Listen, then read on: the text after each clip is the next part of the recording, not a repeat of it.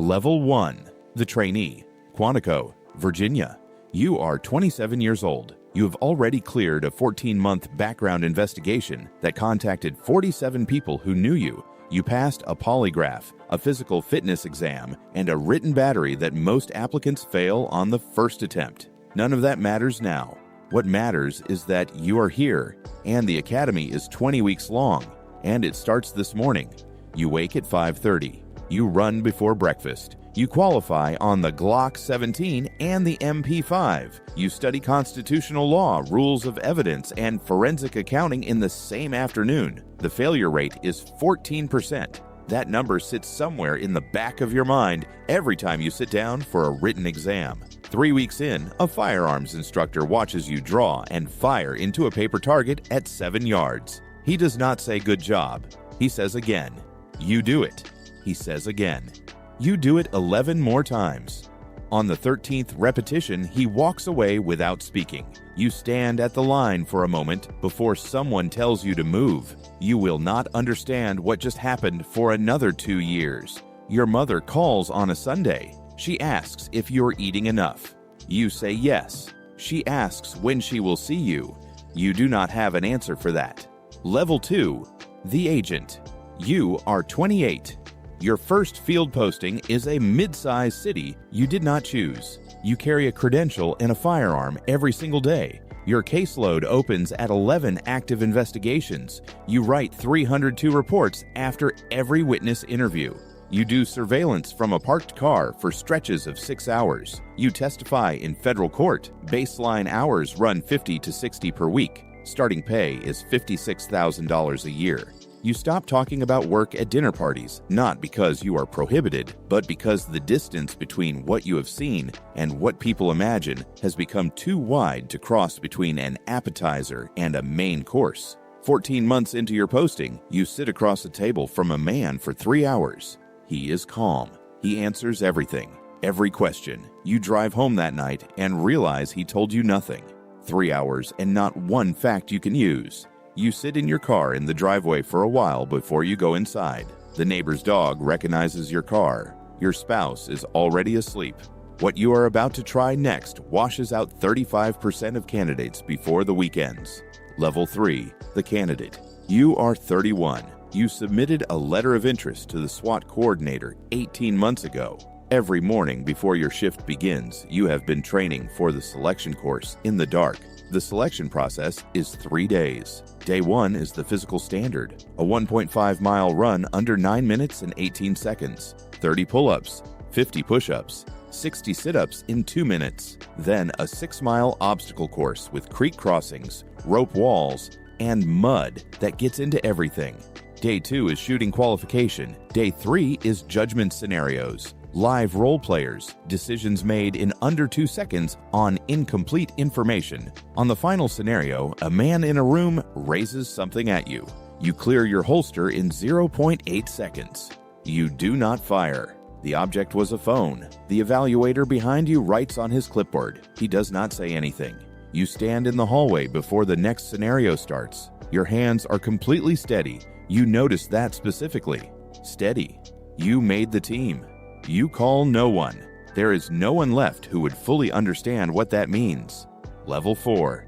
The Operator. You are 32. SWAT is collateral duty. You still carry a full caseload. You add Tuesday and Thursday training to your week. 6 hours each session. You practice 127 variations of doorway clearance until your body memorizes angles before your conscious mind has processed them. You carry 40 pounds of kit on every call-out. FBI SWAT activates roughly 1,200 times per year across the country. Most activations resolve without a shot fired. Your job is to be ready for the ones that do not. Your first call-out is a barricaded subject in a residence. You hold a position in a narrow hallway for 4 hours and 22 minutes. The subject surrenders at 3:14 in the morning. You drive home. Your daughter is at the door. She is 4 years old. She says, "Where were you?" You say, "Work, sweetheart." She says, "You missed dinner." You say, "I know." She looks at you for a moment and goes back inside. She looked at you like she was trying to remember something she had not learned yet. The next level has a cost they mention once in training and never speak about again. Level 5, the sniper. You are 35. The FBI sniper course at Quantico ran 2 weeks, 10-hour days, ballistics, wind calculation, elevation at distance. You qualified at 1,000 yards. Your role on a call-out changes completely. You no longer go through the door first. You observe, you report, you hold a hide position for up to 6 hours without moving, providing real-time intelligence through a 40-power scope to a team that trusts your eyes more than their own. And if the command comes, you fire 1 round. 1. The command comes once. You are on a rooftop. The temperature is 98 degrees.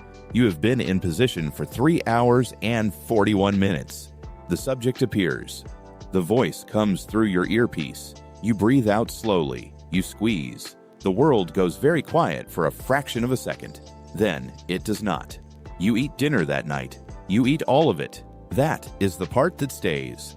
Level 6, the team leader. You are 41. You lead a 14-person SWAT element. You brief the mission.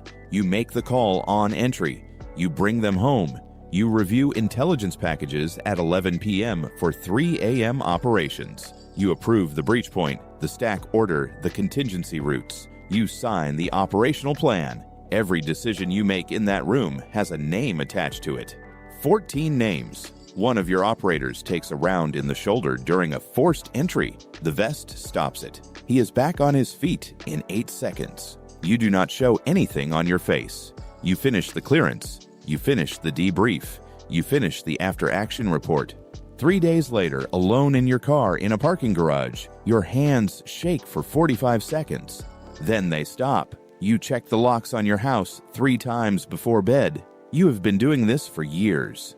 You stopped noticing when. Level 7, the commander. You are 50. You do not go through doors anymore. You manage the program, 3 SWAT teams, 42 operators, 2 full-time snipers, a budget of $1.1 million per year for training and equipment. You brief the special agent in charge before every high-risk operation. You write the after-action reports when something goes wrong. You write the other letters when something goes worse than wrong. You have written 4 of those letters across your career. They all begin the same way. A reporter asks you at a press conference what it takes to do this job. You say discipline, commitment, and belief in the mission. You say it evenly. You have said it 11 times in 8 years. On the drive back to the office, you try to remember whether you meant it the first time. The memory does not come. You have the credential, the rank, the office with a window. What you cannot name is the thing that used to live behind your eyes when you were 27 and stepping off a shuttle at Quantico, nervous in the way that comes from wanting something very badly, not yet knowing what wanting it that much would cost. Somewhere right now, a 26-year-old is sitting in a recruiter's office filling out the preliminary application. They brought 2 forms of identification and a copy of their transcript. Their leg bounces slightly under the table. They do not know what is coming. Nobody told them. And the machine, which does not stop, which has never stopped, is already making room. If you stayed this long, you already know this channel earns it. Subscribe and the next one finds you.